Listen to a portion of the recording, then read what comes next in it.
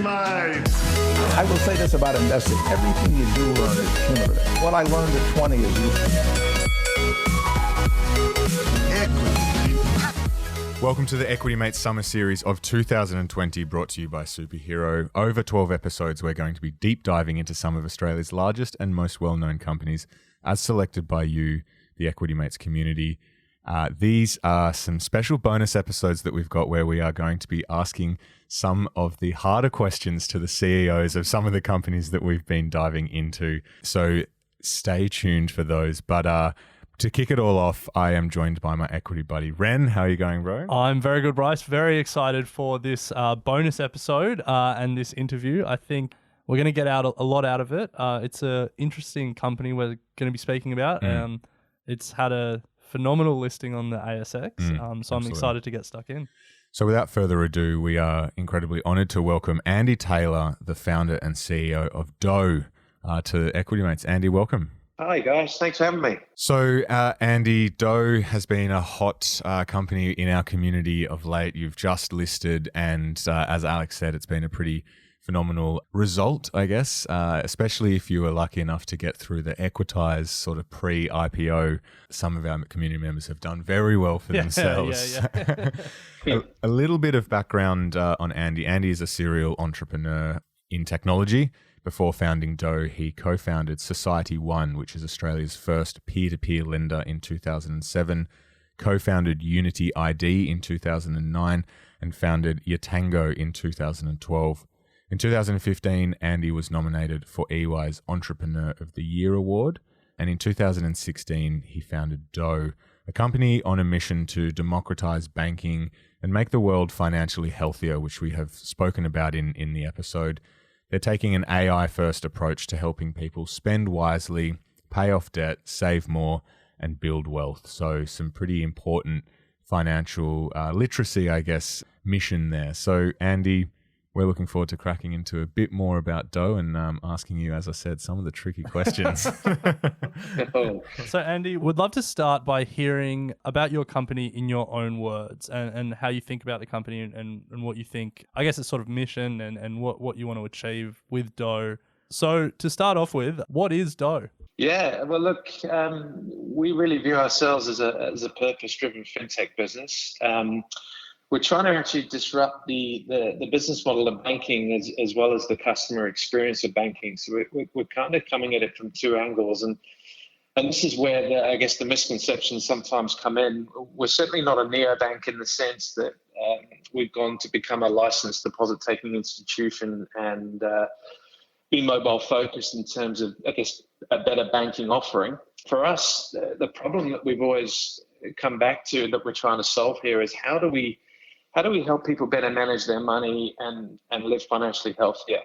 And for us, the problem of that stems from the business model of banking, which is predominantly designed to pay you as little as possible for your deposits and lend it out on the other side and make a rather large margin. It's not conducive to actually, I guess, fostering positive behaviors on money management or spending. And this sort of problem we've looked at now, it goes back 10 years to when we looked at Society One, which was, technology is coming to disintermediate the banks. It's empowering people, it's providing transparency and a level of control that people have never had. And now people have access to so much information that they're very intelligent compared to how they were, 20, 30 years ago. So we think banks have lost their way. And that was really highlighted by the Royal Commission, I think, lately.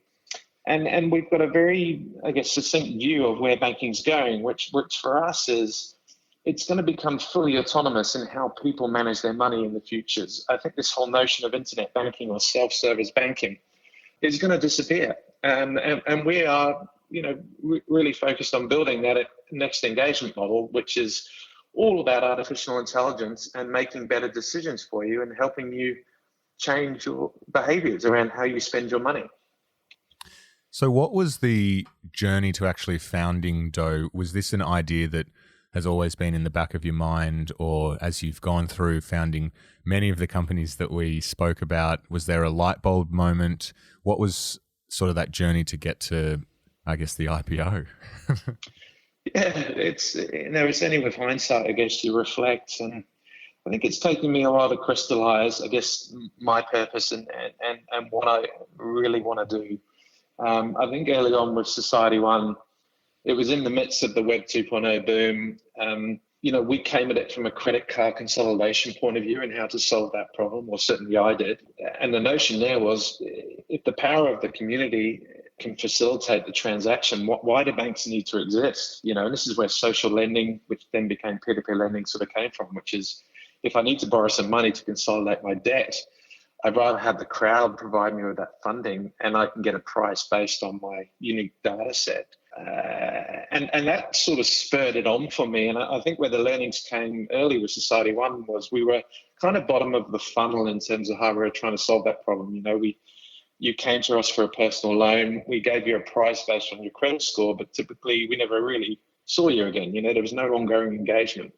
And where I got quite passionate was, if we're really going to solve this problem, we need to be top of that funnel. And for me, that was always at the bank account level. When the salary comes in, we need to be the ones helping you provision and distribute that money and making the right decisions, if that makes sense. Yeah, it does. It does. Now, I think an important distinction we should establish at the top. In the media, Douugh is often described as a neobank. However, as you've mentioned, that's probably not the most appropriate description. So I guess maybe, can you explain how you're both similar, and then what are the key differences between Douugh and some of the other neobanks that are sort of popping up in the Australian market?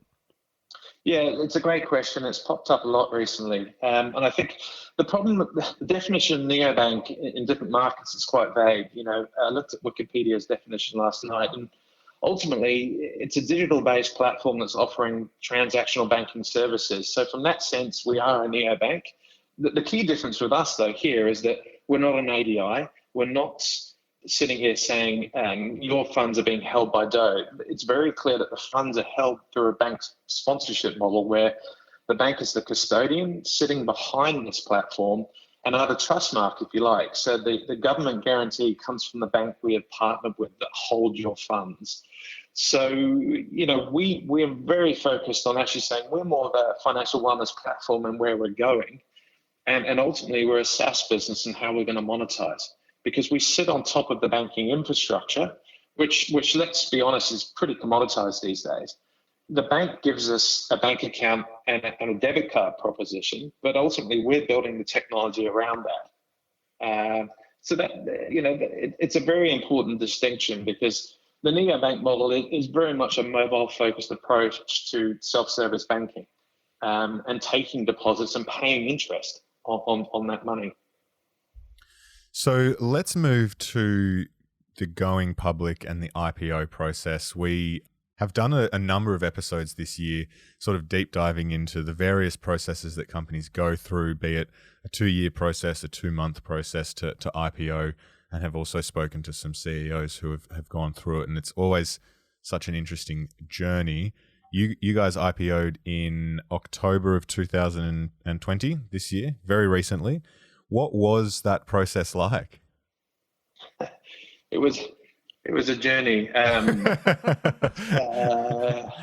was definitely one for the book. I think we started conversations last year on this, and we ended up going the reverse takeover route because we thought it'd be an easier path.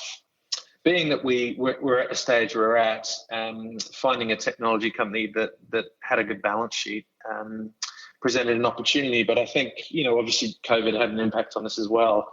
That process was drawn out a bit longer than we'd hoped. But look, it's obviously been a great outcome in the end. But certainly it's a journey to list, especially at our stage. So most companies that list will go on a bit of a roadshow and try and sell their shares to, the top end of town, the investment banks and the like. You took a little bit of a different approach and raised capital through Equitize, which is a crowd-funded venture capital platform. Why did you decide to go that route, and how did you find it? Yeah, really, really great, actually. Look, we've always been big believers in crowdfunding. We want our customers to become shareholders and vice versa. And I think what our customers see is that they're buying into the vision we're trying to create. So early on, we did an initial pre-IPO round and equitize, worked really well, got strong support, and it was important for us to maintain that support going into the IPO. So, what equity crowdfunding gives you is a marketing platform, but a strong supportive retail base of investors. Before, this round we just completed this week, we start to bring in more institutional investors into that cap table. So, Andy, you mentioned a reverse takeover there. So, for members of the community who probably wouldn't be aware of what that means and the difference between a traditional IPO, are you able to just explain what actually happened? Yeah, so a reverse takeover is reasonably quite a common approach to early stage companies looking to, get liquidity on the ASX. So there's some really big examples of RTOs whereby you effectively take over an existing listed company that typically has a solid balance sheet with some cash in the bank, and you rebrand that company to list via the back door, as they call it. So, EML Payments is a good example of a company that did this, obviously Zip Money back in the day. So it's not an uncommon way for companies to IPO. So you sold shares via Equitize at 3 cents. We're speaking on the 3rd of December and your share price is currently 28 cents. So people that participated in that Equitize round have almost 10 bag in a couple of months. So you've probably got some very happy shareholders there. 2 questions. First of all, do you regret pricing it at 3 cents? Do you wish you'd priced it a bit higher? And second question, what do you attribute the rapid share price growth to? So, look, hindsight's a wonderful thing, but no, look, I'd rather this outcome, right? And I'm aware, and this is probably the experience talking now, but the worst thing you can do with some other listings that you've seen recently is overprice it. It takes a long time to recover. I think what's important for us is say, look, we're a long-term investment here. We've got a grand ambition, we've got a fantastic foundation, but we need some patience to build that out over the next 12 months. So look, we wanted to not take the mickey in terms of pricing, reflect the fact that we are where we are in terms of our growth cycle. And it's great that those people that have, backed us early on have got the upside. And look, if they can hold, the upside will hopefully be fantastic. So this is not a short-term story. It's a long-term investment story. So we have spoken in the episode where we did a bit of a deep dive into Douugh about what the future may hold and I guess what your broader mission is. And while we were doing that, you guys went into a trading halt and wait on the back of an announcement. And it has come to light that you are now going to be playing in the buy now, pay later space, an area that is hot. Very hot. Can you tell us anything more about what that is going to entail? Yeah, look, we've been running now in beta for just over 12 months. And I think it's very clear for us with the data that we're seeing with customers was the need to replace the credit card and consolidate credit card debt. Whilst we're trying to help people provision for the things they want to buy, I think it's very clear that life has gotten away, especially due to COVID, whereby a responsible line of credit to help people pay emergency expenses and have Douugh have their back, I suppose, is needed. And I think, credit has a place in overall money management. So from our point of view, it wasn't a traditional approach to buy now, pay later. Really, this is what we call an emergency fund, if you like. We call it a credit jar on the platform that if we do our job properly and help you, you should never have to use it. But we do realize that life gets in the way, and sometimes you need a bit of help to bridge your cash flow. And that's really what we're here to do. Now, Andy, you mentioned there a responsible credit line, and I think the media have really picked up on that term and have used it to maybe contrast what you're trying to do with some of the traditional buy now, pay later companies. Do you think that some of the other buy now, pay later companies are irresponsible? Look, definitely not. And, we don't like to be quoted as bashing the sector. Our view on this has always been that we see it as a credit product. Part of our mission here is that a lot of our customers don't have a credit score. And to get on that credit ladder, we want to help them boost that credit score. So, through repayments back of this product, we can actually give them some transparency of what it means for boosting their credit score. But we think it's important for us on this platform to make sure that we're assessing in real time people's financial positions and only extending them the credit that they can actually afford. So that's really where we're coming from in terms of a responsible product.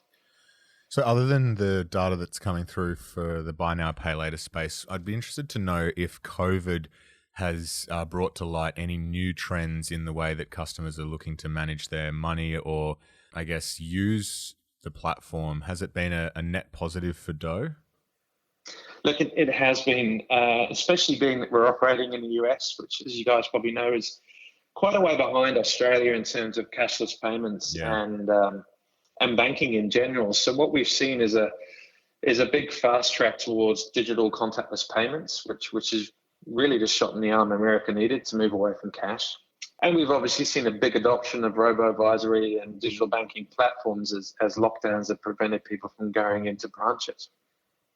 I would say that we are a little bit behind America in some instances, but I couldn't believe when I traveled over there the amount of cash that was still going around, and also no pay tap and go over there. So I just found it pretty phenomenal that they were so sort of backward in that sense.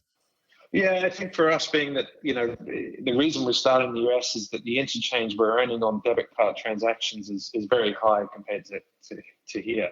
It's a big driver of our revenue model. So we're very fortunate. But you're right. In terms of open banking, they're a lot further ahead. So it's quite an interesting dynamic over there compared to here. So, Andy, we mentioned the buy now, pay later space, and there's obviously some big competitors and some smaller competitors in that space or moving into that space. But I'm interested in, when you think about your core product, this software as a service, AI-powered platform that helps people manage their money, how do you think about your competitors in that space? What do you think the landscape's like, both in the US where you're active and in Australia where you're soon to be active? And how do you think Douugh is better, or what do you think separates Douugh from some of your competitors? It's a really good question. So, we view ourselves ultimately as building a wealth platform. And this is where robo-advisory is going to become a critical, very large component of the platform very soon. And, we flagged that in our prospectus. So when I look at the robo-advisors that have traditionally been siloed, like the Stashes of this world, the Acorns, the Betterments in the US wealth front, they focused on a funds under management model to, I guess, democratize investing and give customers access to, ETF products.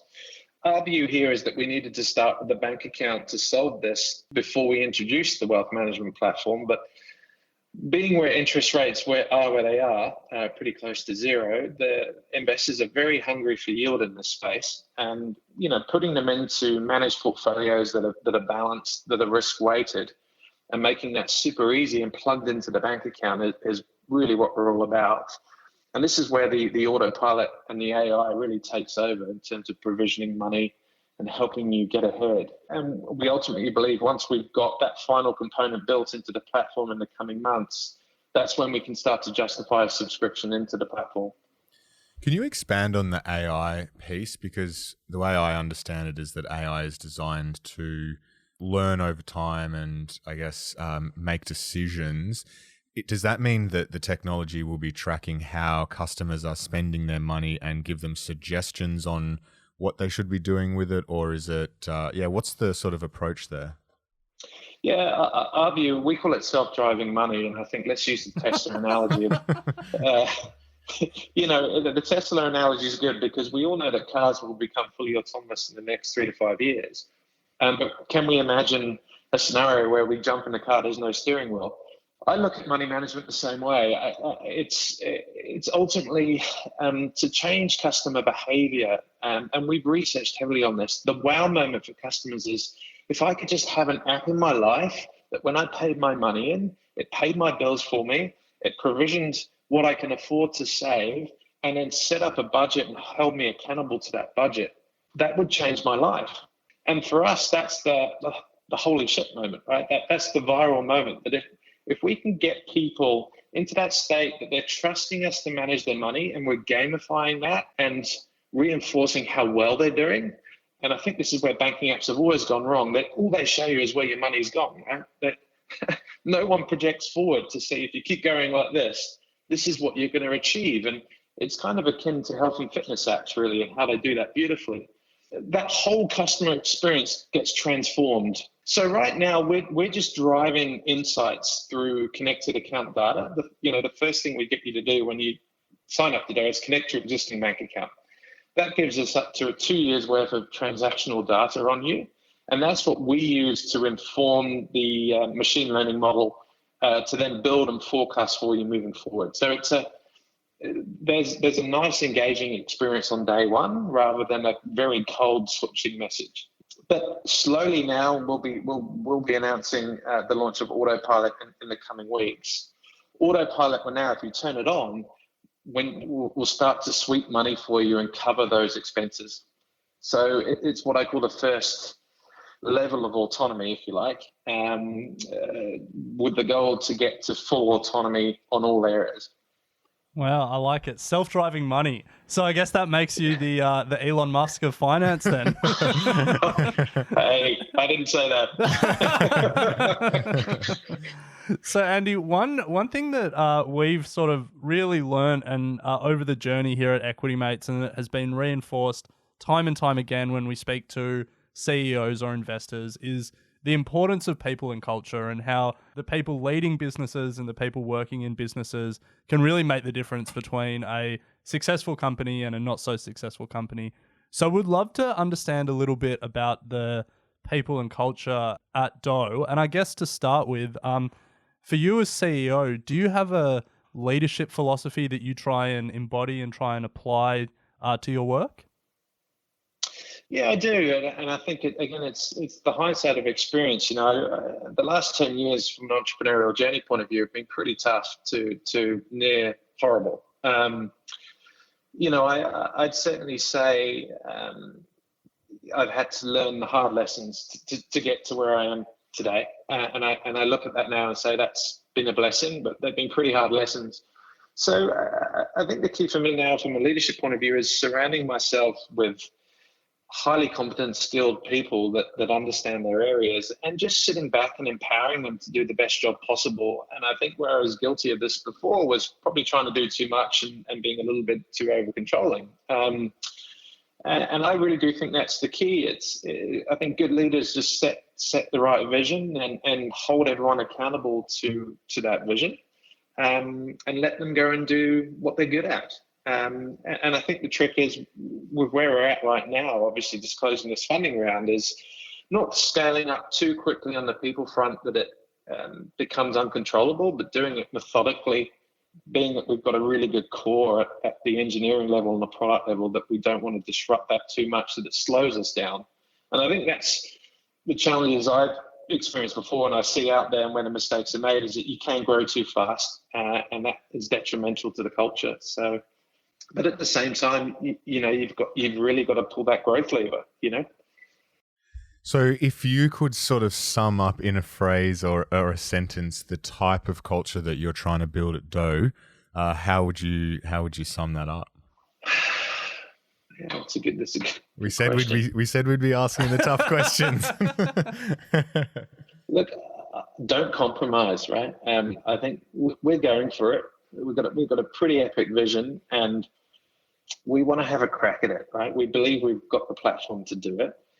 One of the things I remind the team constantly is, just because something's done the way it's done doesn't mean it needs to be done the same way moving forward, right? And banking is a classic, and it's trying to get the team to think differently, go back to first principles and say, if we've got a blank sheet of paper here, which we do, how would we redesign this end to end, top to bottom? And certainly I've seen, and I don't know if it's an Australian thing, but I know the Americans are a bit better at thinking this way, but it's trying to get out, change the paradigm in terms of thinking that it's okay to think big. That's what's really important for me with onboarding new people now. We have the chance to do it. And if we're 10 years away and we did okay, would we regret it? Or could we hand on heart say we went for it and we took our customers' feedback and we executed that? We weren't influenced by external forces. So putting our investor caps on again, we love seeing obviously strong revenue growth in companies and good recurring revenue, and ideally eventually turning a profit. So I guess the question is, where both now and in the future are you seeing the platform sort of generating revenue? And maybe sort of talk us through how the platform is set up, where you're making your money. Yeah, look, sure. So again, a big part of the reason why we started in the US was the foundation of interchange revenue on card transactions. It really gives us the opportunity to build out this revenue story. We've launched the platform now. We launched a couple of weeks ago. The beautiful thing about the model is once we onboard a customer, they activate the card, pay them, and deposit funds. We're earning revenue straight away off transactions as soon as that card is swiped at point of sale. So that revenue profile now will build quite quickly as we onboard customers. And certainly what we said to investors in the last round is a big chunk of the money is going now to growth hacking and scaling up that customer base. And then ultimately, once we've got the products in a really good place with wealth management integrated, we will turn on that subscription and validate that SaaS model. But we're fortunate that we have a lot of different revenue opportunities with the data we're collecting and how we build in services into that. And I think the buy now, pay later feature or the credit jar feature is a good example of how we can incrementally grow ARPU on a customer. So Andy, thinking about that future and thinking about what is in store for Douugh, if you think about the next 12 months, what are some of the key milestones or key steps, I guess, in the product pipeline that you really want to hit in this next 12-month period? Yeah. So look, autopilot launch by Christmas is the priority right now. That's the start of the automated journey. And then the introduction of robo-advisory or wealth management into the platform. That really, from our point of view, finalizes the foundation. And then we bring the credit jar into that relatively quickly. We've got a really strong value proposition, which I would say is 10x better than what you see out there at the moment. And for us, it's, with anything to do with banking, and I think you're seeing that with neobanks locally, is you've got to do the cleansing stuff. You've got to do the foundational stuff on banking, right? Which is time consuming, but necessary before you then start to build all the value add on top. So, we've been building heavily now for 3 years. It's been a long journey on the build, but we're quite a way ahead now to some of our peers that popped up around the same time. So getting those key features integrated into the platform is the priority, and that's why the bulk of the spend is going to building out that product engineering team to execute that. So I guess the other big question, if we're thinking about the next 12 months or even a little bit into the future, is what do you think the biggest risk for your business is right now? Look, I think, one thing we're very focused on internally is building very smart fraud engines. Fraud is something that digitally is a thing, is a big thing. And, we've got to be on top of our game there. And again, for the last 18 months, the bulk of the work has been building our own sort of machine learning based fraud system to onboard customers and identify fraud before it happens. And we're in a really good space on that. So look, that's certainly something that's top of mind. Regulation, look, I think in the US specifically, open banking, where that's going, it is interesting, but I wouldn't call it a risk. I think the model that we're adopting, sitting on top of banks through a banking as a service model, is now well understood. I think it's taking a bit of time to wash through here, but it's coming. And I think Westpac's move into banking as a service is a good validator of that model. So really, guys, it's very simple for us. We've just got to build a fantastic product that people want to tell their friends about. And, the more viral and the more value we add, the more successful we'll be. So ultimately, we don't just want to be another banking app. We want to change people's lives. And, I use the Tesla analogy again, the brand and the proposition we're trying to build is very important to achieving that, right? It's a premium product that if you use this, you won't be able to live without it. And that's what I call a true, utility that's viral. But obviously very hard to achieve. So that's what we're focused on achieving. It's that moment. So Andy, we want to say a massive thank you for giving us some of your time today and joining us to talk about Douugh. We have one final question, but before we do that, if people want to check out more about Douugh or follow you online, are there any particular places they should go? All the social channels as usual, and obviously we'd love you to come to the website and download the app for those Americans in the audience, and come on board and give us some feedback. It's really important. Yeah, and I think for Australians, you have a waitlist sign up on your website. So if Australians have had their interest piqued, they can sign up and be first to hear about it. But Andy, as I said, we did have one final question, and we're closing out all these interviews with the same question. If you think about your company in 10 years' time, if you think about where you're trying to get Douugh to, what would success look like in sort of 10 or maybe even 20 years' time? For me, guys, I think I'm at the stage of life in my entrepreneurial journey that, and it sounds really corny, but legacy is more important now than anything. And I truly believe we have the opportunity to build a truly global technology business and scale this to the heights. And that's success for me. It's seeing Douugh being used in multiple countries, changing people's lives, and a clear distinction of financial wellness states for people that are using it versus not. And I think that's how we become successful. So that's what's driving me. We've got a big mission, and we just fundamentally think banking is broken. The model hasn't changed. It's just various iterations of the same model. We want to change the model and change the game. So, we're going to have a lot of fun, I'm sure, and it's going to be challenging, but that's what we're going for.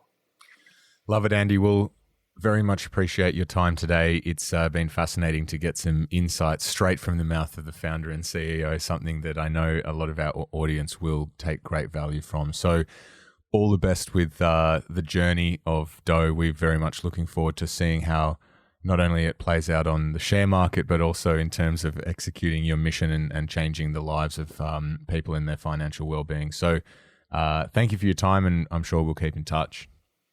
Thank you, guys. I really appreciate the opportunity. Thanks for listening to Equity Mates Investing Podcast, a production of Equity Mates Media. Please remember that everything you hear in Equity Mates Investing Podcast is general advice only. The content has been prepared without knowing your personal objectives, specific financial circumstances, or goals. The host of Equity Mates Investing Podcast may maintain positions in the companies discussed. Before considering any investment, please read the product disclosure statement and consider speaking to a licensed financial professional.